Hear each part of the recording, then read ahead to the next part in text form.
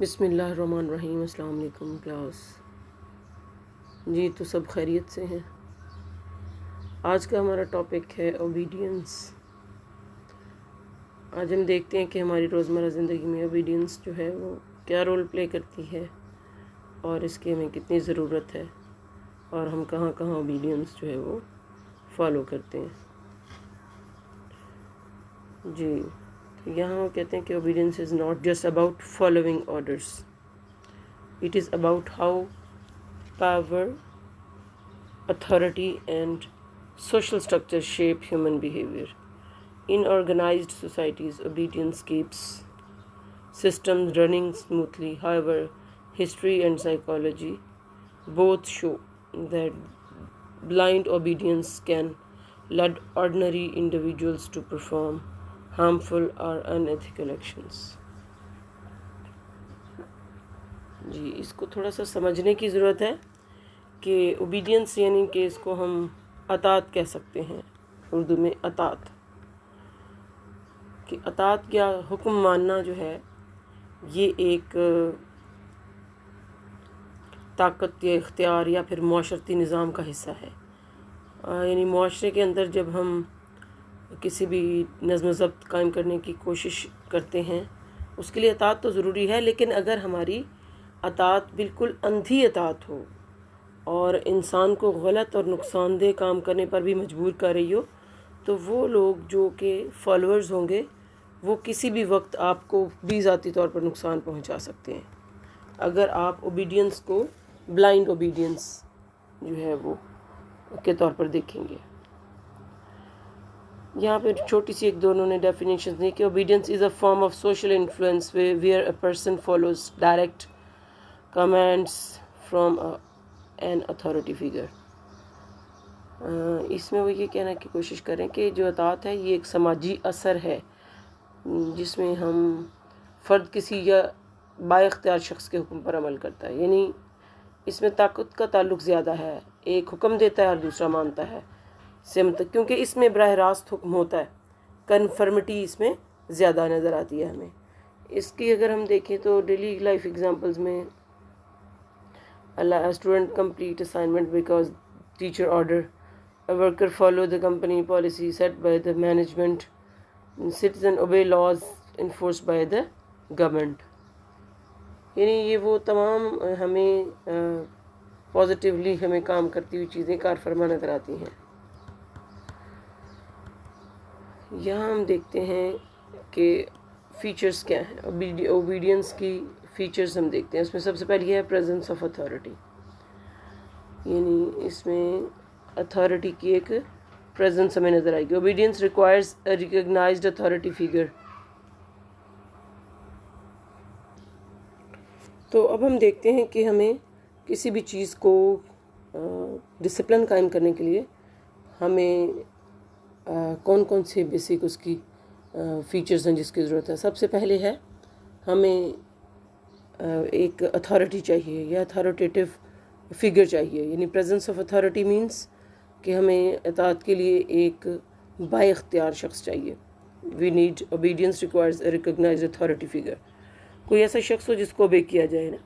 Authority can be formal, یعنی formal like کسی institution میں ٹیچر ہیں، پولیس آفیسر ہے، یا کوئی بھی انفارمل ایلڈر پرسن ہو سکتا ہے، انفارمل بھی ہو سکتا ہے۔ انفارمل ایلڈر پرسن میں جیسے اکثر لوگوں کے خاندانوں میں لوگوں کے ہاں پیر ہوتے ہیں، تو وہ بہت اتھارٹی رکھتے ہیں، تمام فیصلے اور معاملات کو جو امپورٹنٹ فیصلے ہیں وہ کرنے کے لیے ان کو شامل کیا جاتا ہے اور ان کی بات کی امپورٹنس ہوتی ہے۔ The stronger the authority the higher the obedience, مطلب جتنی اتھارٹی بڑی ہوگی اتنی ہی زیادہ اوبیڈینس کا آپ شو کریں گے، اوبیڈینس آپ کی اتنی زیادہ ہوگی، یعنی جتنا مضبوط اختیار ہوگا یا اختیار رکھنے والا شخص ہوگا اتنی ہی زیادہ اس کے پاس طاقت ہوگی۔ جیسے مثال کے طور پر بچے کلاس روم میں اپنے ٹیچر سے اتنا نہیں ڈرتے جتنا کہ کسی بھی پرنسپل یا پھر کسی بھی بڑے عہدے دار کے آنے پر یا اس سے ڈرتے ہیں۔ اچھا، سیکنڈ ون ہے ہیرارکیل اسٹرکچر، یعنی ایک ہرارکی ہے ہمارے پاس، ایک درجہ بندی ہے. مثال کے طور پر society is structured in levels of powers. ہمارا معاشرہ بھی تو ایسے ہی ہے نا، معاشرے کے بھی ہمارے طاقت کے مختلف درجے ہیں. اب lowers status individuals are expected to follow higher status individuals. اب کم حیثیت والے زیادہ اختیار والے کی بات مانتے ہیں، یہ انڈرسٹوڈ ہے. The structure creates order but limits questioning. یعنی مثال کے طور پر یہ اس میں یہ ایک ایسا سسٹم قائم ہوتا ہے مگر جس میں سوال کرنے کا یا کوشچننگ کا لمیٹڈ ہوتی ہیں. یعنی آپ اپنے اوپر آپ کے باس ہیں یا کوئی بھی شخص جو اختیار رکھتا ہے اس سے آپ زیادہ سوالات نہیں کر سکتے. You are not allowed even to ask questions.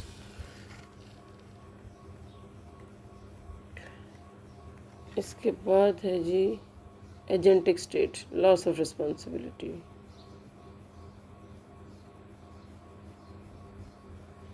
جی یہاں جاتے individuals see themselves as agents executing orders. یعنی اس میں تھوڑا انسان کو اپنا آپ جو ہے وہ ایک ایسے لگتا ہے جیسے ایک ایجنٹک وے میں آپ اپنی ذمہ داری جو ہے نبھا رہے ہیں. فرد خود کو صرف حکم ماننے والا سمجھتا ہے. اور اس کے بعد ہے they shift responsibility to the authority figure. اور ذمہ داری جو ہے وہ کسی بھی اختیار والے پر ڈال دی جاتی ہے. کوئی بھی ایسا شخص جو کہ آپ کے تمام ملازمین میں سے بہت زیادہ اسٹرانگ طبیعت کا ہو تو اس کے اوپر ذمہ داری ڈال دیتی ہے. This reduces guilt and moral conflict. اس سے جو ہے انسان کا احساس جرم کم ہو جاتا ہے. یعنی آپ اگر اپنے کسی آرگنائزیشن کو اس کو ڈیفینڈ کرنے کے لیے اس کو اسٹرانگ بنانے کے لیے کام کر رہے ہیں، اگرچہ آپ نیگیٹو کام کر رہے ہوں، نقصان دہ کام کر رہے ہوں معاشرے کے لیے، تو آپ کے پاس ایک اسٹرانگ دلیل یہ ہوتی ہے کہ میری تو ڈیوٹی تھی، میں تو صرف اپنا کام کرتا ہوں. تو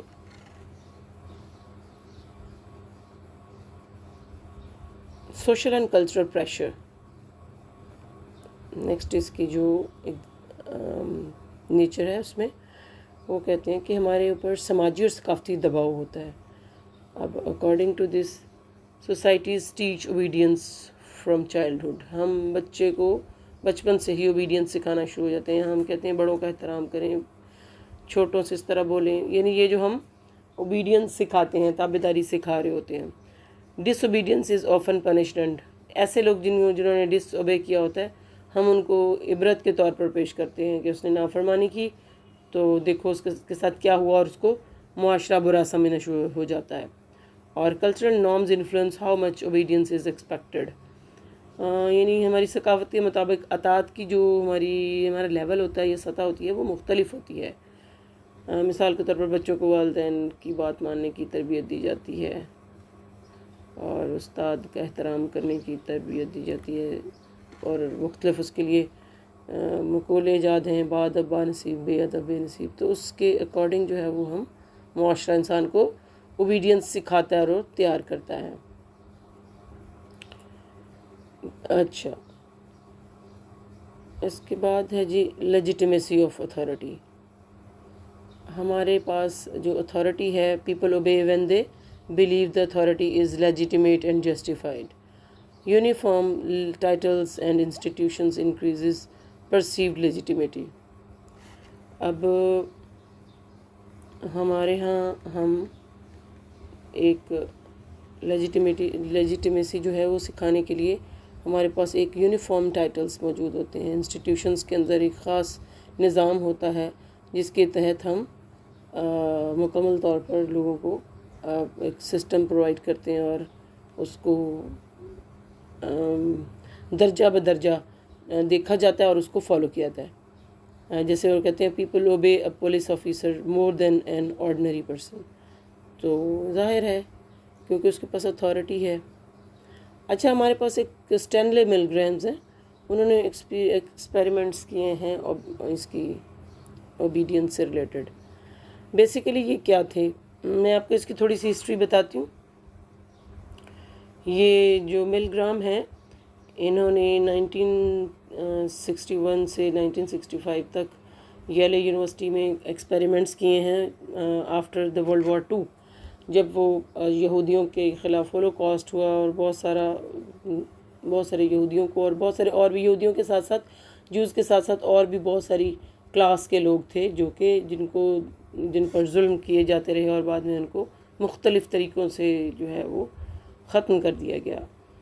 تو یہاں پہ ہم دیکھتے ہیں کہ وہ مل گرامز کے جو ہمارے جو ایکسپیریمنٹس تھے وہ کیا تھے اور ان میں کیا حقیقت پائی جاتی ہے. یعنی ہولوکاسٹ جو کہ دوسری جنگ عظیم کے دوران ایک نہایت ہی تکلیف دہ ہمارا جو تاریخی واقعہ تھا، جس میں جرمنز جو ہیں ان کے نازیز کی طرف سے یہ کیا گیا تھا اور انہوں نے مختلف بے گناہ لوگوں کو قتل کیا. اور اس میں انہوں نے کن کن لوگوں کو خانہ بنایا، اس میں خانہ بدوش لوگ بھی تھے. وہ لوگ جو کہ خانہ بدوش تھے ان کو روما کہا جاتا تھا. ایسے لوگ جو معذور افراد تھے ان کو بھی اس میں شامل کیا گیا، اور ایسے سیاسی مخالفین جو کہ سیاست میں نازیز کے یعنی یا جو ہٹلر تھا اس کے مخالفین تھے وہ بھی شامل تھے. اور جیوز خاص طور پر تھے، سب سے زیادہ متاثر ہونے والے جیوز تھے.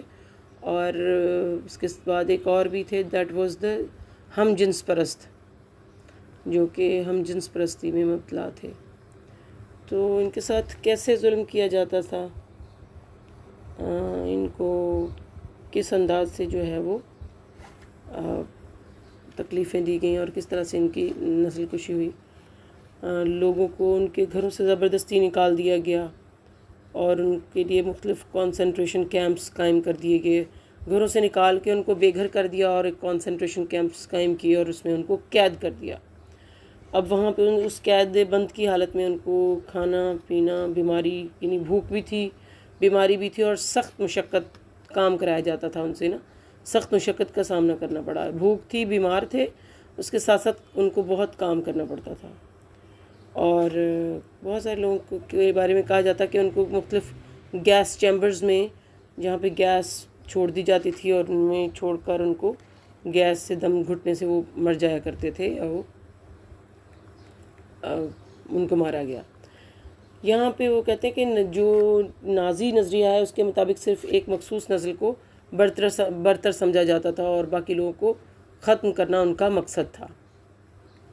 یعنی اس سے پھر بہت سارے لوگ، خاندان تباہ ہو گئے، انسانی تاریخ کا ایک سیاہ ترین باب بنا اور دنیا میں انسانی حقوق کی اہمیت مزید واضح ہونے لگی اور انسانوں کے لیے انسانوں کی جان کی جو امپورٹنس ہے اس پر بات ہونے لگی. یعنی یہاں پہ جو ایکسپیریمنٹس ہوئے اس میں یوں سمجھیں کہ ایک سمپل اگزامپل ہے کہ جیسے کوئی طاقتور گروہ صرف اپنی سوچ یا نفرت کی بنیاد پر کمزور لوگوں کو نشانہ بنائے اور باقی لوگ خوف یا اطاعت کی وجہ سے خاموش رہیں. تو ہولوکاسٹ میں بھی یہی ہوا اور انسانیت کا ایک بھیانک قتل کیا گیا. اس کو جو ہے وہ یہاں پہ انہوں نے اوبیڈینس میں، اور اس پہ ظاہر ہے ایک عرصہ تک یہ سلسلہ جاری رہا اور اس پر آواز نہیں اٹھائی گئی، اور یہ اس کی ایک بدترین مثال ہے جو کہ آج بھی تاریخ میں دی جاتی ہے. اوکے جی، اللہ حافظ.